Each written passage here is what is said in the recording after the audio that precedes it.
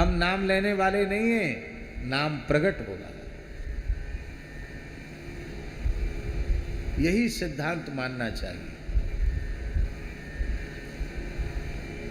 एक नाम भी कोई बिना हरिगुरु संतों की कृपा के एक नाम भी नहीं ले सकता। ये नाम स्वयं प्रकट होता है। ऐसी नाम महाराज की कृपा हम सब पर सदा सर्वदा बनी रहे।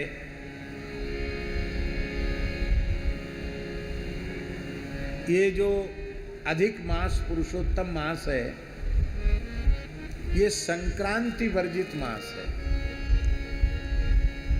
12 संक्रांतियां होती हैं। मेष, वृष, मिथुन, कर्क, सिंह, कन्या, तुला, वृश्चिक, धनु, मकर, कुंभ, मीन। 12 संक्रांतियां होती हैं। इसमें कोई संक्रांति है? नहीं है। तो संक्रांति वर्जित होने के कारण ये विवाह आदि कृत्यों के लिए वर्जित है।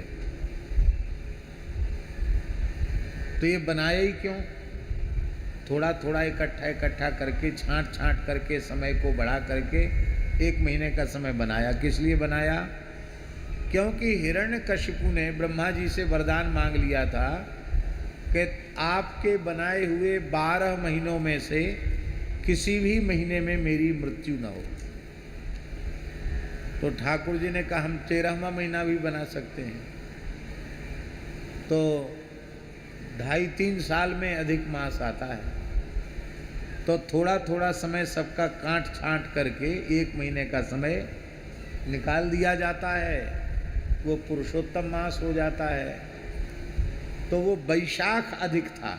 सबसे पहले जो पुरुषोत्तम मास आया वो वैशाख मास आया, अधिक मास। और भगवान नृसिंह ने हिरण्यकशिपु का वध किया, प्रहलाद जी की रक्षा की। अब ये महीना जो था वो समस्त शुभ कर्मों के लिए त्याज्य हो गया। महीना को बड़ा दुख हुआ कि हमको केवल एक असुर को मारने के लिए बनाया। तो महीना ये अधिक मास ये नित्य गोलोक धाम पहुंचा। भगवान से बोला कि मैं आपकी शरण में हूँ, मेरा अपराध तो बताओ, मेरा क्या अपराध है कि जो मुझे सब कामों से पृथक कर दिया गया, इसमें कोई शुभ काम न करे। तो जो वस्तु किसी के काम में ना आवे उसका तो बनना ही व्यर्थ है, उसका होना ही व्यर्थ है। आपने हमको बनाया क्यों? मैं आपकी शरण में हूँ, मेरा उद्धार कीजिए। प्रत्येक महीने के स्वामी सूर्य हैं, क्योंकि सूर्य की संक्रांति होती है। भगवान ने कहा हम सूर्य के भी सूर्य हैं। 12 महीनों के स्वामी सूर्य और पुरुषोत्तम मास का स्वामी में लीला पुरुषोत्तम श्री कृष्ण स्वयं हो। इसलिए आज से यह पुरुषोत्तम मास कार्तिक मास से, मार्गशीर्ष मास से, वैशाख मास से, माघ मास से 4 महीना, ये चारों महीनों की महिमा है। इनमें जो कुछ सत्कर्म किया जाता है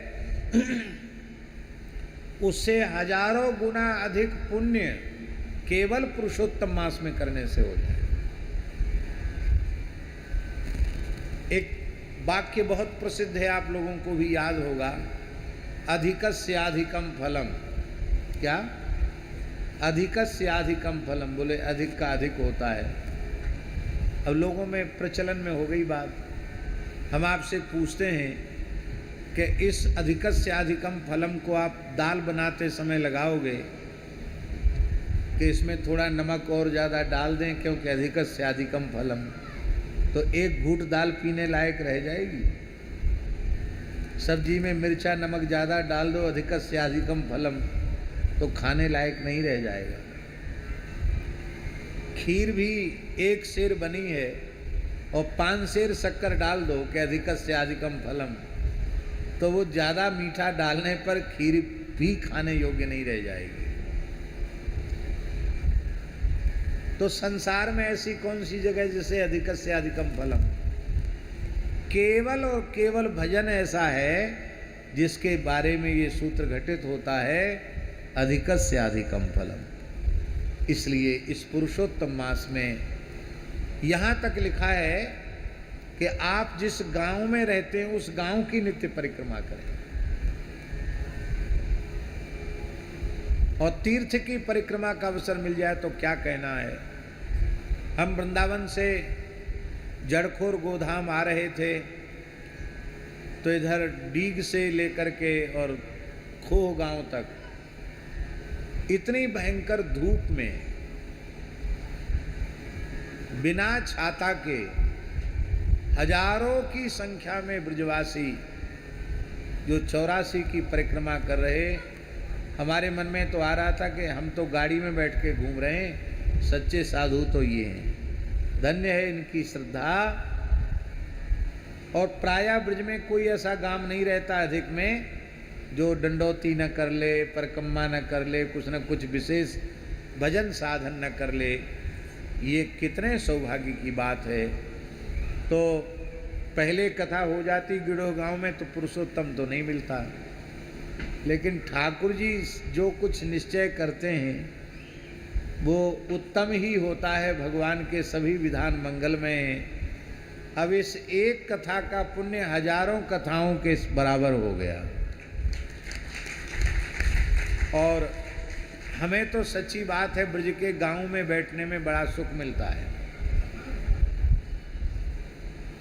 मेहराने गांव में कथा हुई, मेहरानो है ना पास में ही है, तो मेहराने गांव में कथा भई। गोरीलाल कुंज वाले महाराज जी भी पूरे समय थे। रहने की जगह भी बढ़िया नहीं थी। वो तो बहुत पुरानी बात है, 25-20 वर्ष हो गया होगा करीब। उस समय तो गांव में शौचालय भी नहीं थे। तो नीचे भैंसों का घर था और ऊपर एक हॉल था, बड़ा कमरा था। उसी में हम लोग सब एक साथ ही थे। आप थे उसमें? नहीं थे। 12-15 मूर्ति, गोरीलाल जी वाले भी उसी में थे, सब उसी में थे। सवेरे अपना अपना कमंडल लेके दूर मैदान में जाते थे।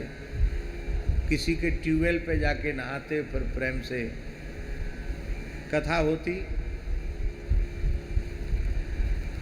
खूब प्रेम से कथा हुई, बहुत बढ़िया। यहाँ तो बहुत अच्छी व्यवस्था है, वहाँ तो कुछ था ही नहीं। हाँ, व्यवस्था के नाम पर। और खूब आनंद रहा महाराज। तो एक ब्रजवासी बड़ो बूढ़ो बोलो, बाबा तेने कथा तो बहुत अच्छी बाँची, पर तू 7-8 दिनांत तक भैंसन के पीछे पड़े रहो।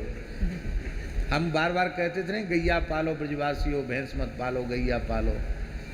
एक बड़ो बूढ़ो ब्रजवासी बोलो, बाबा तेरी कथा तो बहुत अच्छी रही, बहुत बढ़िया तेने कथा वाँची, पर तू भैंसन के पीछे पड़े रहो। बाबा कहा बतामे, हम लोग भैंसन को दूध बेच के ही अपनो काम चलामे अपने घर को। ऐसे तो बहुत आनंद है। रही समय की बात, तो हम तो वैसे भी लोग जानते हैं कि ये समय कुछ ज़्यादा ही ले लेते कथा कहने में। तो आप लोगों की जितनी सुविधा हो उतनी देर आप बैठें। आपके घर के ठाकुर जी की भी सेवा प्रभावित नहीं होनी चाहिए। और हम भी प्रयास करेंगे। 4 बजे से है ना कथा का समय? 3 बजे तो बहुत गर्मी रहती, 4 बजे ठीक है। तो 4 से 7 कथा का समय, 7 बजे तो उजेला ही रहता है। तो कल से 4 से 7 कथा का समय रहेगा। आप लोग बीच में और उत्सव भी आएंगे, उसमें कथा कुछ बढ़ भी जाएगी तो थोड़ा और अधिक हो जाएगा। आप उसी हिसाब से अपने घर का सारा कार्य करें कि आप प्रेम से कथा श्रवण कर सकें।